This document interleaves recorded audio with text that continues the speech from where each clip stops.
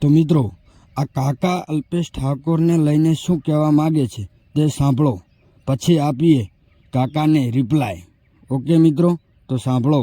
આ કાકા અલ્પેશ ઠાકોર વિશે બહુ ખરાબ બોલી રહ્યા છે, તો આપણે બધા જ સાંભળીએ.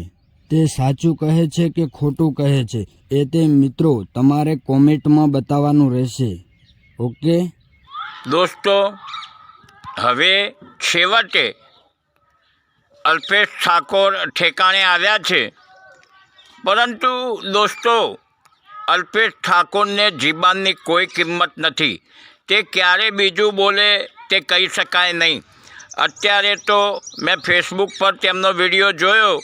તે કહી રહ્યા છે કે વિક્રમ ઠાકોર અને બીજા બધાને ન બોલાવ્યા ઠાકોર કલાકારોને, તે ખરેખર ખોટું થયું છે તેવું કહી રહ્યા છે. અને કહે છે કે હું હાજર નહોતો, જો હું હોત તો સુધારી લેત ભૂલ. પરંતુ ભાઈઓ, આ માણસની જીબાનની કોઈ કિંમત નથી. તેમણે ગામથી 100 રૂપિયા ઉઘરાવ્યા હતા તમામ ઠાકોરો જોડેથી. 20 રૂપિયાનો કાર્ડ આપ્યો હતો અને 100 રૂપિયા લીધા હતા.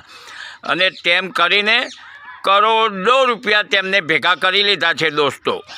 અને તે પહેલાં તો કહેતા હતા કે જો હું રાજકારણમાં પ્રવેશું ને તો મને મારા છોકરાના સોગંદ છે. અને મેં તેમને એકવાર ક્યાંક ગાંધીનગર બાજુ મિટિંગ હતી કોંગ્રેસની, ત્યારે મેં તેમને પ્રિયંકા ગાંધીની જોડે બેઠેલા જોયા હતા.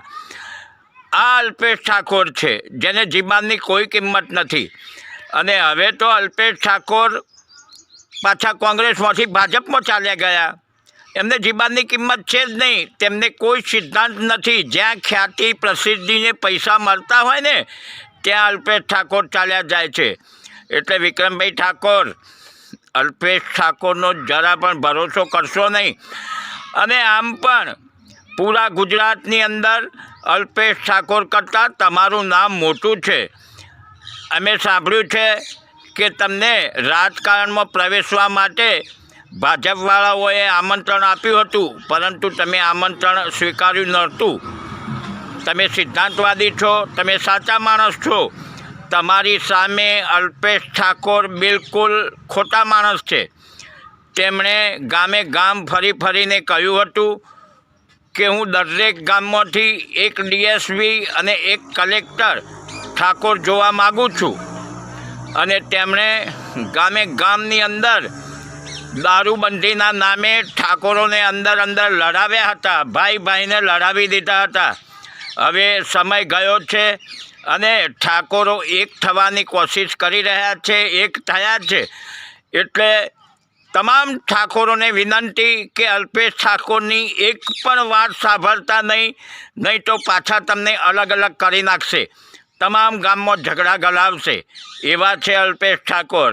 અલ્પેશ ઠાકોરે તમામ ઠાકોરોને સીડી બનાવી અને ઊંચા જઈને બેસી ગયા છે. અને હવે તે ફફડ્યા છે. ઠાકોર સમાજ એક થયો એટલે તેમને બીક લાગી છે. એટલે હવે તે થોડીક તરફદારી કરવાની ચાલુ કરી છે વિક્રમ ઠાકોરની. પરંતુ દોસ્તો, અલ્પેશ ઠાકોરનો કોઈ ભરોસો નહીં. હવે તો તમામ જ્ઞાતિવાળા આપણને પણ કહે છે કે ઠાકોરોનો ભરોસો નહીં. એટલે મેં પૂછ્યું કે કેમ ભાઈ? તો કે જુઓ ને, તમારો અલ્પેશ ઠાકોર જ પહેલાં તો છોકરાના સોગંદ ખાતો હતો, પછી કોંગ્રેસમાં ગયો અને ત્યાંથી ભાજપમાં ગયો. તમારે કોઈ જીબાનની કિંમત ના હોય, મને એવું કહે છે. એટલે આપણા લીડર જ જો સિદ્ધાંત વિહોણા હોય અને તેમને જ જીબાનની કિંમત ન હોય તો આપણા ઉપર કોણ ભરોસો કરે? માટે દોસ્તો, મારું માનવું એવું છે કે અલ્પેશ ઠાકોરનો લેશ માત્ર પણ વિશ્વાસ ન કરતા. કારણ કે ગદ્દાર માણસ છે, ગમે ત્યારે આમથી તેમ ફરી જશે. માફ કરજો દોસ્તો, હું જેટલું જાણું છું તેટલું તેમના વિશે મેં તમને કહ્યું. કદાચ મારી ક્યાંક ભૂલ પણ થઈ હોય તો માફ કરશો.